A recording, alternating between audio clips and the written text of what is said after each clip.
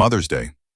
The very words used to evoke warmth, the scent of fresh pastries, and the joyous chaos of my children, Michael and Victoria, presenting me with handmade cards covered in glitter and clumsy crayon drawings.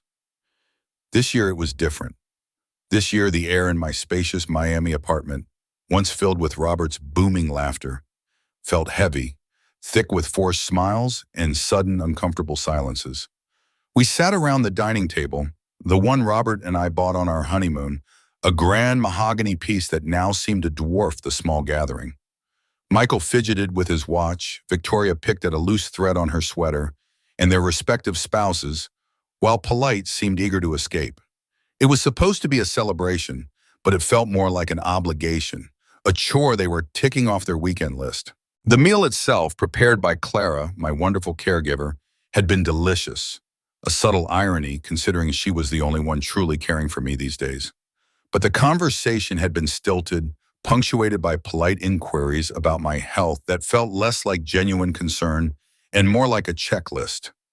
Then Victoria stood up, a wide, performative smile plastered across her face, holding aloft a cake box. "Time for dessert, Mom," she announced, her voice a little too bright. My heart, against my better judgment, fluttered with a sliver of hope. Perhaps, I thought, they truly had something special planned. She placed the cake carefully in the center of the table, then dramatically lifted the lid. It was a beautiful white cake, elegantly frosted, but my eyes immediately fixated on the inscription written in a cheerful blue script. It read, "Last slice before the nursing home." A beat of stunned silence hung in the air, so profound I could hear the faint hum of the refrigerator. Then a ripple of nervous giggles started, quickly escalating into a crescendo of laughter. Michael roared, slapping his knee. Victoria shrieked with mirth, her hand flying to cover her mouth, though her eyes glinted with undeniable amusement. My daughter-in-law, Susan, offered a weak, "Oh, Victoria, you're so cheeky." My son-in-law, David, simply chuckled, taking a sip of his wine. Their faces, contorted with laughter, blurred before my eyes. They found it hilarious. They found me hilarious. My gaze, however, found one other person at the table, Clara. She sat quietly at the end, her usual gentle smile replaced by an expression of quiet horror. Her eyes, dark and knowing, met mine across the table, a silent apology, a shared understanding of the profound cruelty that had just unfolded. In that moment, surrounded by my supposedly loving family, Clara was the only one who saw the jagged edges of the joke, the deep cut it made. A cold knot formed in my stomach, twisting tighter with each peal of laughter. 5 years. 5 years since Robert had passed, leaving me to navigate a world that suddenly felt too quiet, too vast. And in those 5 years, I had watched myself slowly transform in my children's eyes, from a vibrant, capable woman into a fragile, inconvenient punchline. The cake, with its cheerful, cutting message, was the culmination of their shifting perception. It wasn't just a joke, it was a pronouncement. As the laughter subsided, Victoria, still wiping tears of mirth from her eyes, cleared her throat. "Seriously though, Mom," she began, the casualness of her tone doing nothing to soften the blow. "Michael and I were talking. That spare bedroom you have, it's just sitting there empty. Michael could really use a home office, and honestly, Mom, this apartment is just too big for one person." Michael nodded in agreement, feigning a look of concern. "It's true, Mom. All that space, all those stairs, it's a lot to manage." I felt a sudden rush of warmth in my cheeks, a mixture of anger and humiliation. "This apartment is perfectly fine," I stated, my voice firmer than I expected, though it wavered slightly at the end. "Clara helps me with everything, and I manage quite well on my own." Victoria waved a dismissive hand. "Oh, we know Clara's wonderful, Mom, but it's not just about the upkeep, it's the isolation. And let's be honest, you're not getting any younger. What if something happens?" Michael chimed in, leaning forward. "Remember that time you left the stove on, Mom? Just for a few minutes, but still, it was a concern. The stove incident. A single isolated lapse years ago, after a particularly stressful day dealing with Robert's deteriorating health, now weaponized, used as evidence against my competence. It was infuriating. They spoke as if I were a distant relative, a troublesome ward whose future they were benevolently deciding. I was sitting right there, a flesh and blood woman with a mind and a heart, yet they discussed me as if I were a piece of furniture in a state to be managed. Their voices droned on, outlining their plans for my life, their suggestions thinly veiled commands, each word a fresh indignity.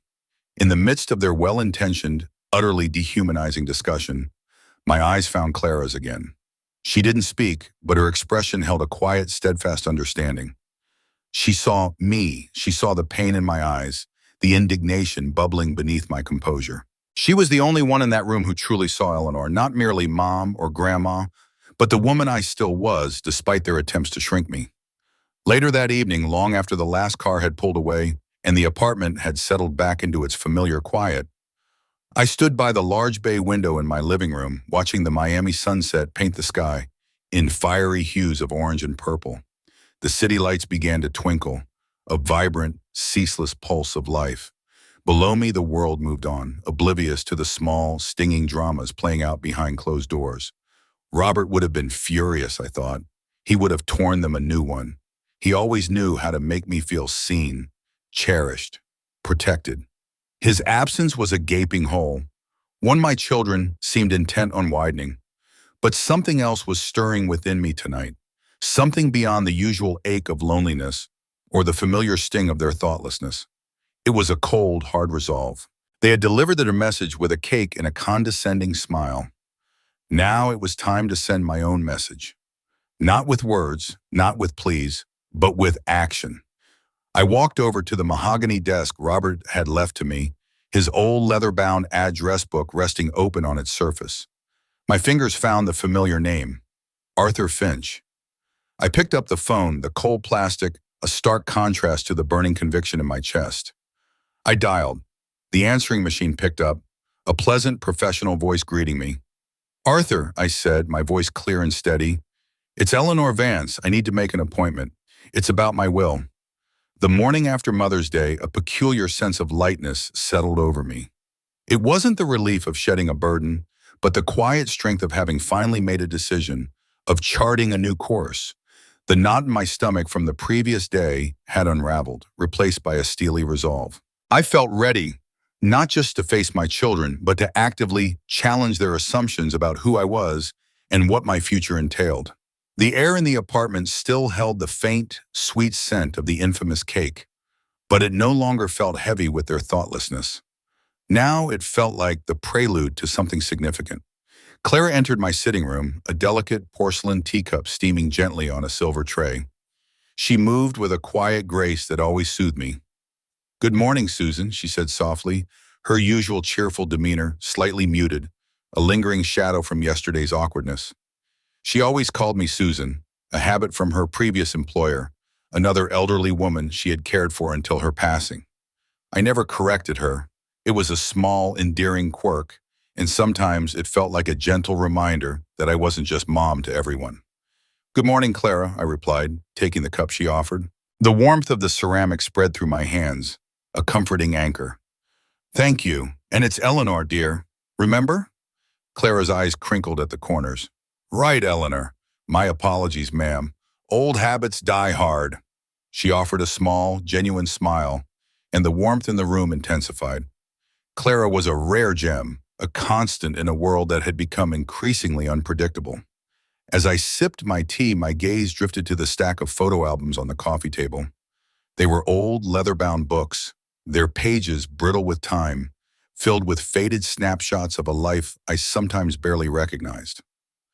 After Robert died, when the world tilted on its axis and I was left to steady it on my own, I made a choice. My children were still young, Victoria just starting college, Michael in his last year of high school. Robert had left us comfortable but not wealthy enough to cover all the rising costs of their education and the lifestyle they had grown accustomed to. I wanted them to have everything, to not feel the pinch of their father's absence in their future prospects. I remembered the grind. I took on 2 part-time jobs, one as a bookkeeper for a small local business, another tutoring English in the evenings. My days blurred into a relentless cycle of work, cooking, cleaning, and trying to keep a semblance of normalcy for Michael. Nights were often spent hunched over ledgers, my eyes heavy with exhaustion, surviving on barely 4 hours of sleep. Every penny I earned, every ounce of energy I expended, was for them. For Victoria's tuition, for Michael's school trips, for the small luxuries that kept them afloat, unaware of the sacrifices. I denied myself new clothes, skipped social gatherings, and often ate simple, repetitive meals so they could have what they needed. Clara, who had been tidying the magazines on a side table, paused, looking at me. "You were a good mother, ma'am," she observed, her voice soft, almost a whisper. "Anyone can see that." I exhaled slowly, a sigh that carried years of unspoken resentment. "Was I, Clara?" I asked, my voice edged with a bitterness I rarely allowed myself to show. Sometimes I wonder if it made any difference at all. The memories cascaded. Victoria's graduation, a proud moment overshadowed by her casual complaint about the cheap accommodation I'd managed to afford for her school trip to Europe, the one I'd worked extra shifts to fund. Then more recently, my retirement party, a milestone, a celebration of decades of hard work. I had anticipated Michael and Victoria being there, raising a toast, acknowledging the years of effort. Instead, Victoria had called a week before, breezy and apologetic, claiming a pre-booked spa weekend with friends she simply couldn't reschedule. Michael had shown up late, leaving early, citing a pressing work commitment. The sting of that abandonment had never truly faded. And their visits. Initially, after Robert's death, they had been frequent, full of ostensible concern. But slowly, subtly, the nature of those visits had shifted. The questions about my health became cursory, replaced by pointed inquiries about the apartment. "Mom, have you thought about what you'll do with Robert's study?" Victoria would ask, her eyes already appraising the antique desk. Or, "This china cabinet is beautiful, Mom. It would look lovely in our dining room, don't you think?" The maternal care had morphed into a thinly veiled appraisal of my possessions, a quiet anticipation of their inheritance. My apartment, once a haven, became a display case, and I, the aging curator, merely a temporary fixture. Clara, sensing the shift in my mood, sat down opposite me, her hands clasped in her lap. "Are you sure, ma'am?" she asked, her voice gentle but direct. "About your decisions, I mean." I looked at her, truly looked at her. Her face was kind, etched with the quiet wisdom of someone who had seen much of life's unvarnished truth. "Clara," I began, choosing my words carefully, "do you know why I hired you?" She shook her head slightly, a faint frown line appearing between her brows. "Because when you came for the interview," I explained, "you didn't just ask about my routine or my medical needs. You asked me how I liked my tea, how I wanted my toast. You looked at me, Clara, and you saw a person. My children," I continued, the bitterness returning. "They see a function. They see a mother who can provide, a widow who needs care, an elderly woman who will eventually vacate this apartment. They don't see Eleanor. They don't see the woman who worked 2 jobs, who went without, who loved them fiercely." I took a deep breath, the resolve solidifying in my chest. "This apartment, Clara, it's not just bricks and mortar. It's a testament to Robert's life and to mine. It's where I built my family, where I nurtured my children, where I lived a life of purpose. They want to clear out my spare bedroom? They want to make plans for my future without even asking? No, not anymore." I stood up, feeling a surge of strength. "I am not fading into the background, Clara. I am not a punchline. I am Eleanor Vance, and this is my life, my home." I walked over to my wardrobe, pulling open the polished oak doors. "Help me choose an outfit, Clara. Something dignified. Something that says, I am here, or I am present, and I am in charge." The polished oak door of Arthur Finch's office felt solid, reassuring as I pushed it open. Arthur, my longtime lawyer and Robert's closest friend, rose from behind his imposing mahogany desk, a warm smile spreading across his face. His hair, once jet black, was now a distinguished silver, mirroring the years that had passed since he first drafted Robert's will, and then mine. He motioned me to the plush leather armchair opposite him. "Eleanor, it's good to see you," he said, his voice as steady and comforting as I remembered. "Though I admit your call caught me a little by surprise. Everything all right?" I settled into the chair, the soft leather molding to my form. I had chosen a dignified navy suit for the occasion, one Clara had helped me pick out, and I felt every bit the woman who had managed a household and raised two children, not the fragile relic my children perceived. "Everything is perfectly fine, Arthur," I replied, my voice steady, betraying none of the swirling emotions within me. "In fact, I'm here to make some changes to my will, rather significant changes." Arthur's brows furrowed slightly, a flicker of professional curiosity in his eyes. He opened a pad of paper, pen poised. "All right, what can I do for you?" "I want to change the primary beneficiary of my Miami apartment," I stated, my gaze direct, unwavering. "I want to leave it to Clara Martinez." The pen paused midair. Arthur's eyes widened almost imperceptibly. "Clara Martinez?" he repeated, his tone reflecting a carefully controlled surprise. "Your caregiver?" "Yes," I confirmed, a small defiant smile playing on my lips. "Clara Martinez." I then proceeded to recount the events of Mother's Day, the last slice before the nursing home cake, the cruel laughter, the thinly veiled suggestions to clear out my spare room, the cold, calculating way Victoria and Michael had discussed my future as if I were absent. I even confessed to him the deeply unsettling discovery I'd made a few weeks prior. I had found a stack of nursing home brochures tucked away in Victoria's purse, casually left behind during one of her visits. Brochures for facilities miles away, with terms like memory care and assisted living highlighted. It was then, seeing those glossy pages, that the full extent of their intentions had truly hit me. They weren't just discussing my future, they were actively planning it, without my consent, without even a conversation. Arthur listened, his expression shifting from surprise to a thoughtful solemnity. He tapped his pen against the pad a few times. "Eleanor," he began, his voice laced with caution, "I have to advise you, such a significant change, especially regarding your primary residence and redirecting it away from your direct descendants. It could be highly contested.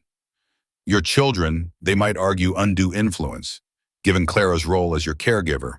Or," he paused, choosing his words carefully, "they might try to question your mental competence, especially given your age."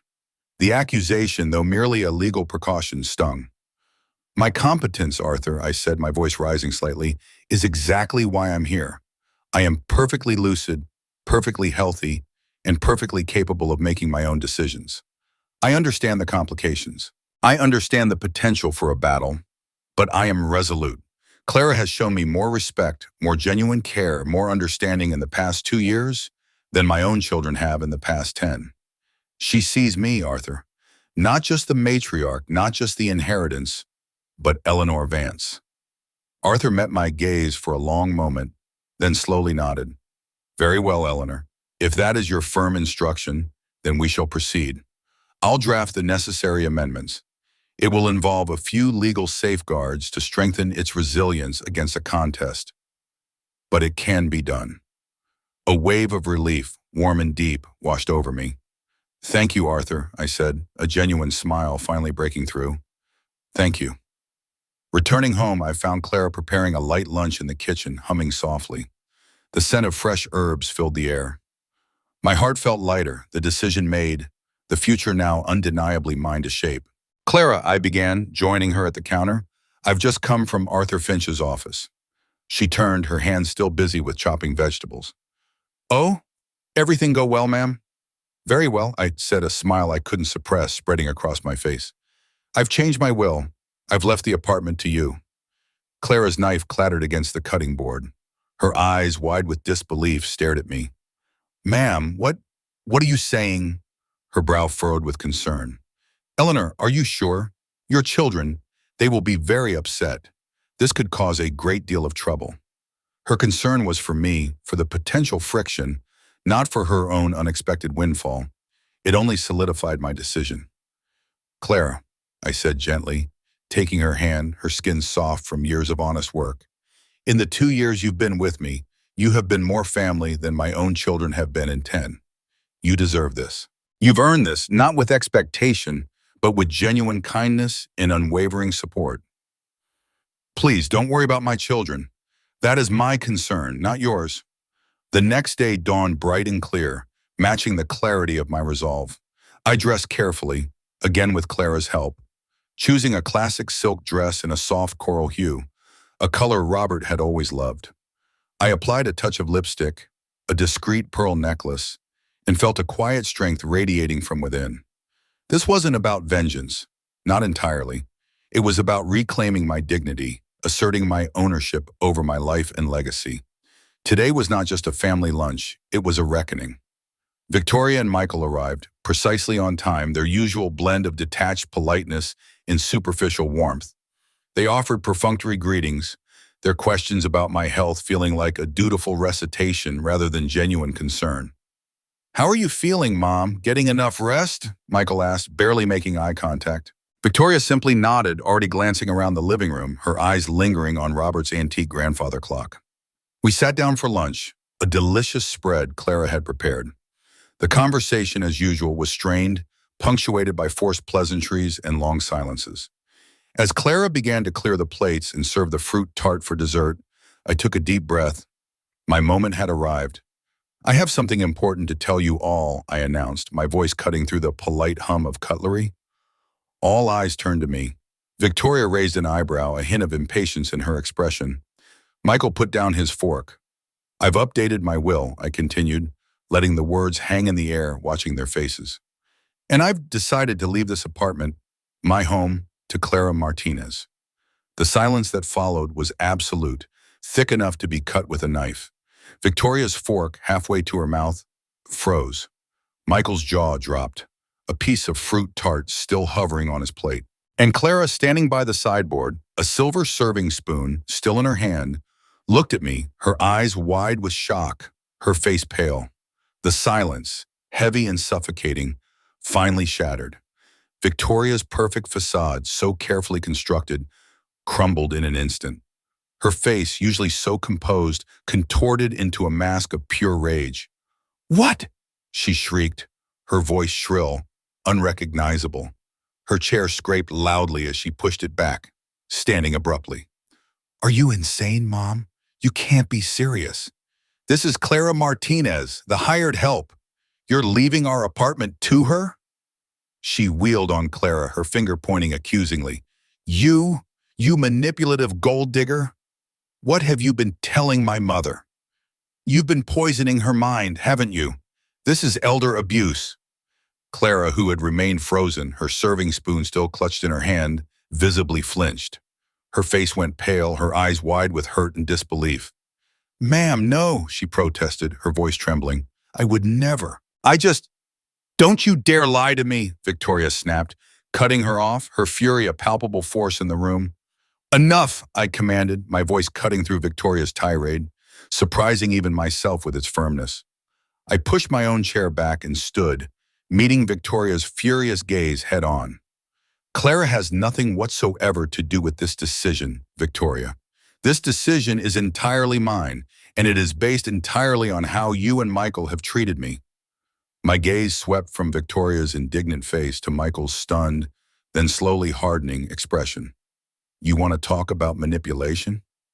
You want to talk about intentions?" I continued, my voice low but unwavering.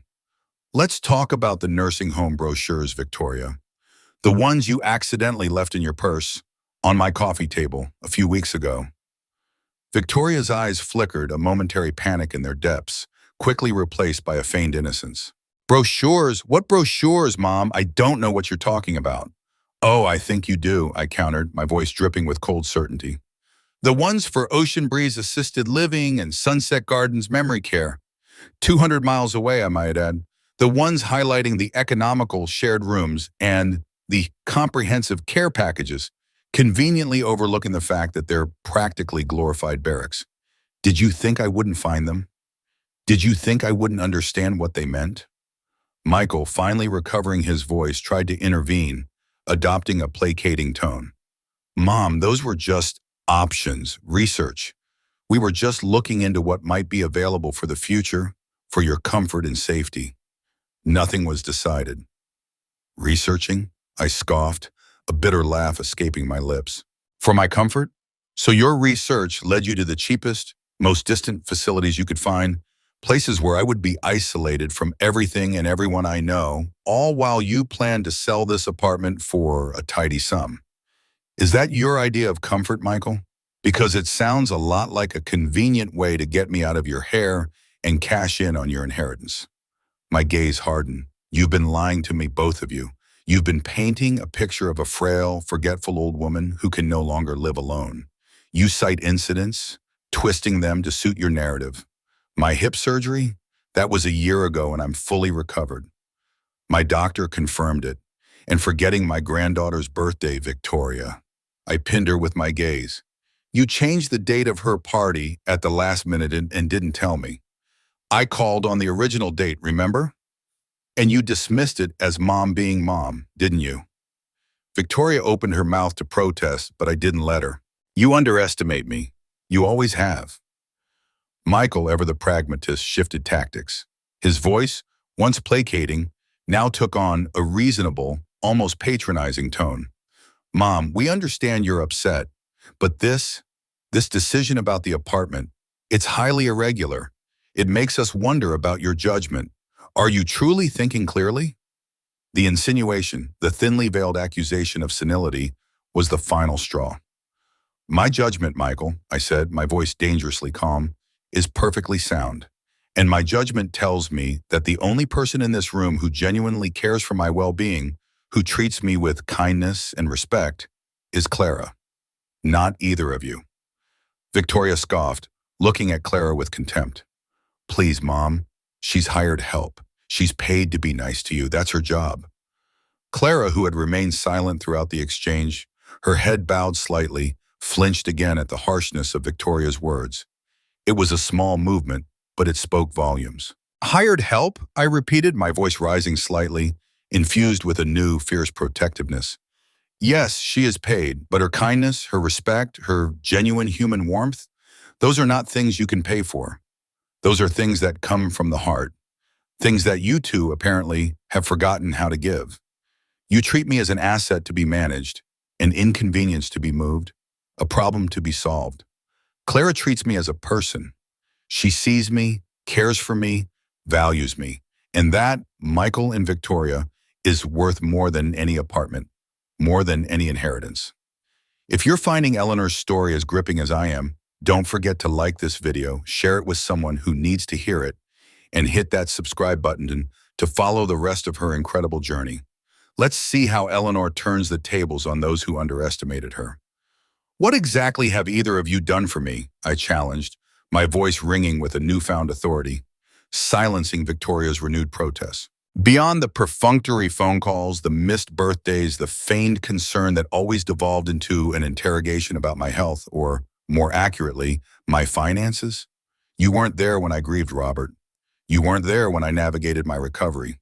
You've been present only to appraise what you stand to inherit, to plot my supposed decline.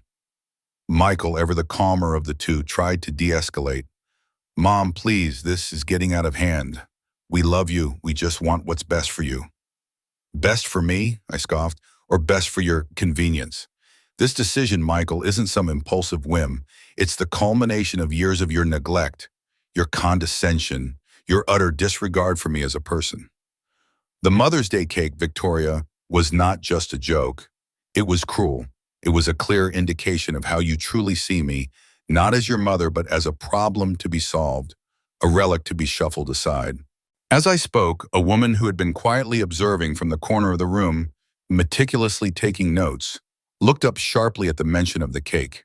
She was Dr. Evelyn Reed, a family therapist Victoria had apparently brought along, ostensibly to mediate our family communication issues. Her presence now felt less like therapy and more like surveillance. Victoria, her face blotchy with fury, lunged forward. This is insane. You're clearly not well, Mom. I'm going to contest this will, and I'm going to have you evaluated for competency right now. You're being manipulated. Dr. Reed, with a sigh, finally closed her notebook. Her gaze, calm and professional, shifted between us. Victoria, she said, her voice even, that won't be necessary here. Eleanor, I suggest you come to my office for a formal evaluation. Not because I believe you are incompetent, she added, catching my eye, but to establish a clear baseline and to facilitate healthier communication within the family. She looked pointedly at Victoria and Michael. I considered her offer. It was a shrewd move, a way to validate my mental state without giving them the immediate satisfaction of an on-the-spot psychiatric assessment. I'll consider it, Dr. Reed, I replied, meeting her gaze. Now, if you'll excuse us, our lunch is over. The departure was as dramatic as their arrival. Victoria slammed the front door, the reverberations rattling the delicate china in the display cabinet. Michael, looking utterly defeated, offered a mumbled apology before following his sister. As the sound of their car faded, the apartment fell into a quiet that was, for the first time in days, truly peaceful. Claire emerged from the kitchen, her eyes still wide. "They'll be back, ma'am," she said, her voice soft with certainty. I nodded, a small smile touching my lips. "I know, Clara, but this time, I'm ready." The evaluation with Dr. Reed was thorough, spanning several hours over 2 sessions. She conducted a battery of cognitive tests, memory assessments, and lengthy interviews, delving into my history, my daily routines, my finances, and my relationships. I answered every question truthfully, calmly, and meticulously. I recounted facts, dates, and details with precision, laying bare the full extent of my children's neglect and my steadfast determination to live my life on my own terms. A week later, Dr. Reed called. Her voice was warm, professional. "Eleanor," she began, "I've completed my evaluation. I can confirm unequivocally that you are cognitively sound, fully competent, and perfectly capable of making your own decisions. Your memory, reasoning, and judgment are all well within the normal range for your age. I've found no evidence whatsoever of cognitive decline or impairment. Your daughter's concerns, while perhaps genuine in her perception, are not supported by the clinical evidence." A quiet triumph bloomed in my chest. It wasn't just personal validation, it was a legal shield. The very next day, Arthur Finch called. "Eleanor," he began, his voice carrying a note of urgency, "Victoria has filed for conservatorship. She's alleging undue influence by Clara and claiming you are no longer capable of managing your affairs." My heart, though it skipped a beat, didn't sink. "And Dr. Reed's report, Arthur?" "It will be invaluable," he affirmed. "Her comprehensive evaluation will serve as a powerful counter to Victoria's claims. We have a strong case, Eleanor, a very strong case." The phone call was still echoing in my ears when Michael appeared at my door, unannounced and looking utterly distraught. He held a crumpled sheaf of papers in his hand. His eyes, usually so guarded, were wide with a mixture of fear and shame. "Mom," he choked out, stepping inside, I have to show you this." He handed me the papers. They were Victoria's meticulously detailed notes for the conservatorship hearing. Plans, bullet points, legal strategies. My eyes scanned the pages, each line a fresh stab. Phase 1, secure conservatorship, citing undue influence and cognitive decline. Phase 2, sell apartment immediately, estimated profit 1.2 bars. Phase 3, liquidate mother's jewelry and other assets. Phase 4, place mother in ocean breeze. Cheapest option, far from family, minimizing visits. I looked up at Michael, my expression cold, unyielding. The sheer, calculated cruelty of it all, laid bare in Victoria's own handwriting, was breathtaking. He had betrayed me, yes, but he had also brought me undeniable proof of his sister's true intentions.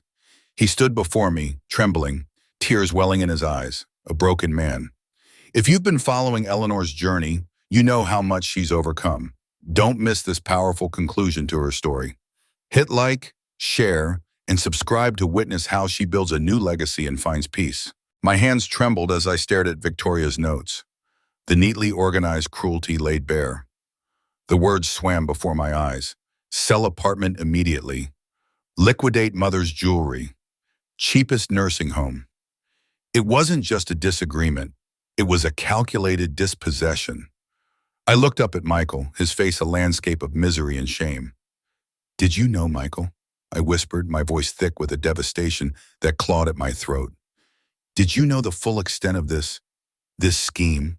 He shook his head, tears tracing paths down his cheeks. "No, Mom, not all of it. I knew Victoria wanted to contest the will, and she talked about selling the apartment eventually, but not like this, not the jewelry, not the cheap nursing home, and not the way she planned every single detail to erase you. I swear, Mom, I had no idea it was this extreme. His voice broke, laced with genuine remorse. It's, it's wrong, all of it. Dad would be furious. He'd be ashamed of us. The mention of Robert, of what he would think, struck a deep chord within him. I could see it. It was a rare moment of vulnerability, of connection to the man he had been before the pressures of ambition and entitlement had warped his perspective. He looked at me, truly looked at me, as if seeing me for the first time in years. I can't be a part of this, Mom, he finally said, his voice firming though still trembling. I told Victoria this morning. I'm withdrawing my name from the conservatorship petition. I'm out. A fragile sense of relief, cold and sharp, pierced through my devastation. It wasn't an apology for everything, but it was a beginning. Later that day, Arthur Finch called, his voice brimming with a quiet satisfaction. Eleanor, he announced, I just received word. Victoria has officially withdrawn her conservatorship petition. Michael's intervention made all the difference. With Reed's report confirming your competence and Michael backing out, she had no legal leg to stand on. The battle, it seemed, was over. But the war for my dignity, for my legacy, was just beginning. A few days passed, and then, surprisingly, Dr. Evelyn Reed returned. She wasn't carrying a notebook this time, nor did she speak in clinical terms. Instead, she had a thoughtful, almost hopeful expression. Eleanor, she began, sitting opposite me, our conversations, your story, it resonated with me. You spoke about legacy, about wanting your home to represent something meaningful, something more than just bricks and mortar to be sold off. I have a proposal if you're open to it. I leaned forward, intrigued. I'm listening. Dr. Reed outlined her idea, a collaboration with a local community college, establishing a Winters Family Housing Scholarship. The apartment, rather than being sold, would provide affordable housing for single parents attending college, offering them stability and a quiet place to study and raise their children. It would be maintained by a trust, ensuring its longevity, while I, if I chose, could move to a smaller, more manageable condo nearby, still close to the vibrant Miami life I loved. It was a way to convert my asset into a profound social good, a living testament to Robert's and my shared values. A warmth spread through me, deeper and more profound than any inheritance could have offered. This was it. This was the message I wanted to send. This was a legacy far grander than any sum of money. I decided to establish the Winters Family Housing Scholarship. The apartment, my beloved home, would remain in my name during my lifetime, overseen by a carefully constructed trust. I found a beautiful, light-filled condo a few blocks away with a view of the bay, a perfect place for my next chapter. When I presented the idea to Clara, her reaction was typical of her selfless nature. She listened intently, her eyes sparkling with enthusiasm for the scholarship. But when I again offered her the apartment, her refusal was gentle but firm. Eleanor, she said, taking my hand, you gave me a home when you hired me. A home where I am respected, where I feel like family. And you have given me something even more precious, the courage to pursue my own dreams. Clara, with my encouragement and financial support, enrolled in a social work program at the same community college. She accepted a new part-time role as the coordinator for the Winters Family Housing Scholarship Program, managing the applications and supporting the student parents. She was blooming, finding her own path, her kindness now channeled into a new purpose that uplifted others. As for Michael, our reconciliation was slow, tentative, built on honest conversations that were sometimes painful but always necessary. He often visited, not to appraise, but to listen, to learn, to truly see me. He helped me move into the new condo, carefully packing Robert's books, sharing memories, and for the first time in a long time, we began to feel like mother and son again. It wasn't a complete healing, but it was a fragile, promising rebuilding. Victoria remained distant. There were no apologies, no grand gestures. But a few months after I moved into the condo, a small, elegant card arrived in the mail. No message inside, just a simple drawing of a bird, an olive branch clutched in its beak. It was a silent acknowledgement, perhaps a first step from a daughter who still had much to learn. I sat on the balcony of my new condo, watching the Miami sunset, a small slice of my favorite chocolate cake on a plate beside me. The air was warm, filled with the scent of salt and blooming jasmine. The apartment, now a beacon of hope for other families, was already buzzing with new life. My own life, rich with new purpose and genuine connections, felt full, complete. I took a bite of the cake, savoring the bittersweet taste, marking a new beginning on my own terms.